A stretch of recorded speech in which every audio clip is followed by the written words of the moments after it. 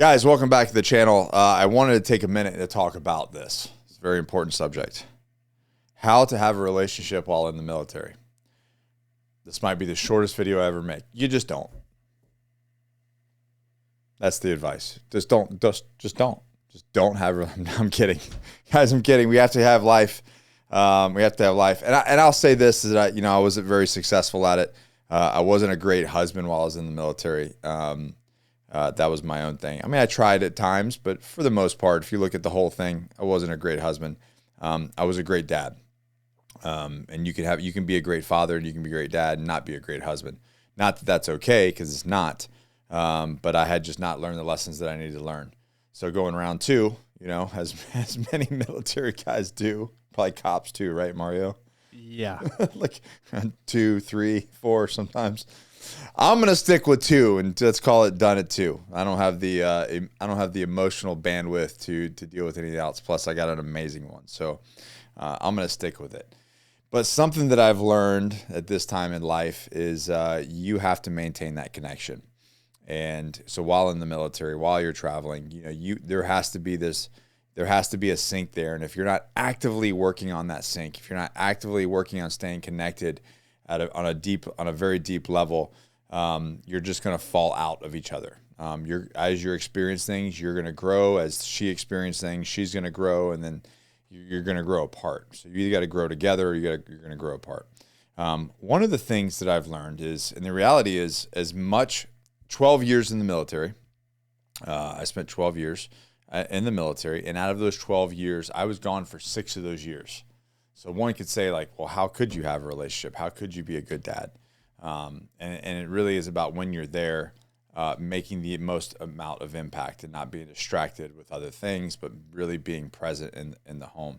The reality is since I got out, holy shit, guys, I have been probably more busy and worked harder outside of the military than I ever did in. And yeah, deployments, I did a bunch of deployments and we worked a lot then. But I'll honestly say this job was much harder than being in the military. I was never off. I've never been off by 4 and just, or 3:30 or 2 or whatever the times we would get off and just head home and do the yard. I used to do lawn maintenance at my house when I was home, etc. I don't have time for that now. Anytime that I'm off, I want to be with my family. I don't want to be doing any other bullshit. I don't even want to do a chore. I'll just have somebody else do the chore because I want to maximize my time with my family because my priorities have changed. So here's a tool that I actually learned from, I believe her name is Cody Sanchez. You can find her on Instagram. Maybe he can pop up a thing right there. So I'll give her the credit on this one, but it's a tool that I enacted with my wife, and I just shared with the Agoge tribe yesterday. And it's kind of funny, but the end state is it creates this connection, right? And it gets you to it takes like 15, 20 minutes maybe. It takes as long as you want to take it. But one of the things is it's an acronym called TEAM, and you guys are a team, so I like that. Your significant other's a team. So the first one being touch. You have to touch each other. And if you're mad, you can just like touch fingertips, or fingernails, or you just they can touch each other's shoulder, right? And then go. But you have to connect physically at some level. How you connect with your significant other and doing this method is on you. Get creative. Do whatever it is that you need to do to connect. But you got to plug in with each other. Take that for what it may. So that's the first one. That's the T. The next one is going to be experience or education. Something that you experienced that day, something that you learned that day, and you both share this. You share this moment with your significant other. So something that you learned, and we should be learning something new every single day of our life. And we're not learning something new, then we're leaving opportunity on the table. So get out there and experience shit and learn. Don't hide in your house. Scroll in the boob tube, or finger fucking your iPhone, as I call it. You can bleep that out now. I don't know. Anyways, but share something that you learned or shared experience, something that happened to you that day, that while you guys were apart, and then you learn, and be interested in the other person when they share their experience of what they learned. Listen to them. Take the time to just pause while you're embraced, having this conversation. The next thing would be the A is appreciation. So, and this is really where you can kind of dive into the love languages, right? You can really get into the love languages and figure out how you can word this or, show this in a way that would match a love language. And if you don't know about the love languages, man, I really, really highly suggest. There's a lot of friction there with me and Allie back in the day because I didn't know her love language and I was just giving the way that I give love, but the way she received love is not the way I gave love. And because of that, she was like, "You don't appreciate me." I'm like, "What the fuck, man? Like I do all this stuff and I do this and I do that and nothing counts, man." How many guys have said that? "Oh, none of this stuff that I do counts." It does count, but if it's not their love language, it's not the way they receive love, then, to them, they don't even see it. They don't recognize it as love. You have to give it to them the way they receive it. The way you receive, the way you give might be different, and then your partners, the way they receive and the way they give might be different.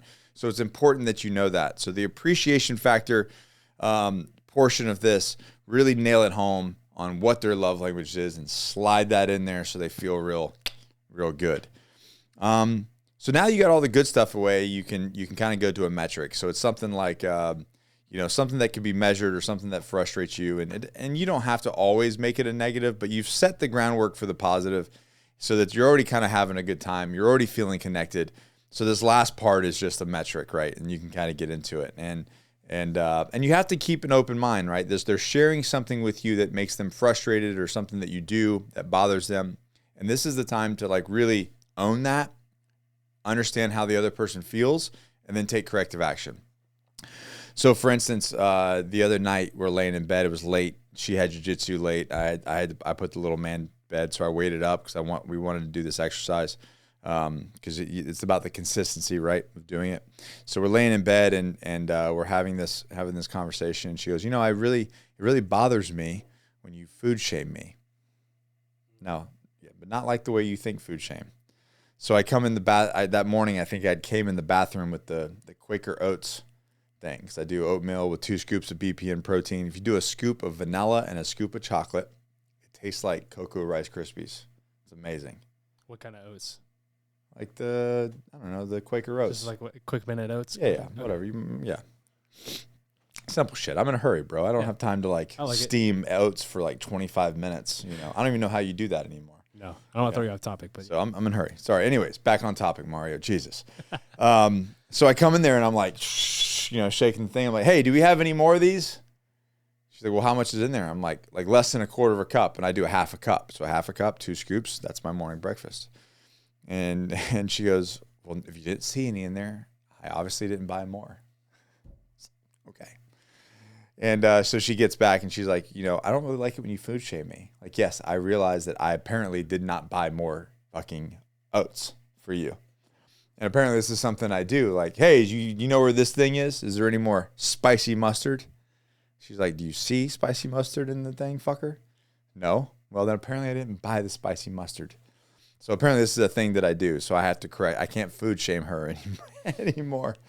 And mine was for her is like, I feel like sometimes I live in like a gypsy house. Every door has a fucking hanger on it. Like a door hanger where you hang like wreaths and shit and like aprons and whatever. Every door in the house has a fucking hanger on it. I'm like, why are you hanging shit from? Drives me crazy anyway. We were just absolutely rolling in the bed talking about food shaming and door hangers. But after a very busy day of everything that we do, and we both get up very early and then hit the day running, and we pass by each other a bunch because obviously we work together. But she's doing her thing, leading her team. I'm leading my team and leading the companies, and go from there. So even though we sometimes are crossing paths, it's very sterile, right? It's very sterile and very work related.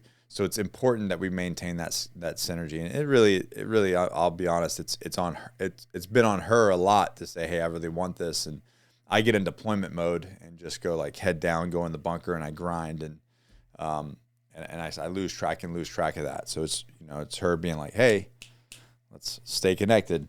That's the saying she has too, doesn't? Like when you get into that workflow, she says you're going into the bunker. Yeah. She goes, "You're going to the bunker." And I'm like, "Okay, you're right. I'm going to the bunker. I can pull out." Yeah. She calls me on my shit, but as a good woman does. But anyways, the consistency of this. So even it takes 15 minutes, and don't tell me you don't have 15 minutes. Like, I don't want to hear your shit. You know what I mean? But everybody has 15 minutes to run this exercise every single day with your significant other. And I tell you what, if you do this, that 15 minutes makes such a huge impact. And there's some other traits that we could talk about in the Agoge and some other tools that we can give you. But this is the one that I want to talk about, because I feel like if every relationship just connects, and they might not all be good, and they might not all be good experiences, and they might not all be good appreciations, and sometimes you might just not have shit. Like, you might fall flat and you might lose that day, but at least go through it. Fucking swing at it. If you miss, you miss. No big deal. But it's about the consistency every single time, and just keep doing it. And I believe in my heart that you'll have a much more fulfilling, connected relationship with your significant other. And I want that for all of you guys. So that's my shared tip for how to build a relationship while you're either in the military or just really freaking busy. All right. So you guys know the deal. Share this with a friend, and then just take this URL, push share, send it to your significant other, and say, hey, let's give this thing a whirl. Let's see what happens. And if you've done this and it's successful, drop a comment below. Let me know. Give us a thumbs up. And other than that, you guys know the deal. Never quit, never surrender, always forward. And we'll see you guys in the next one. Peace out.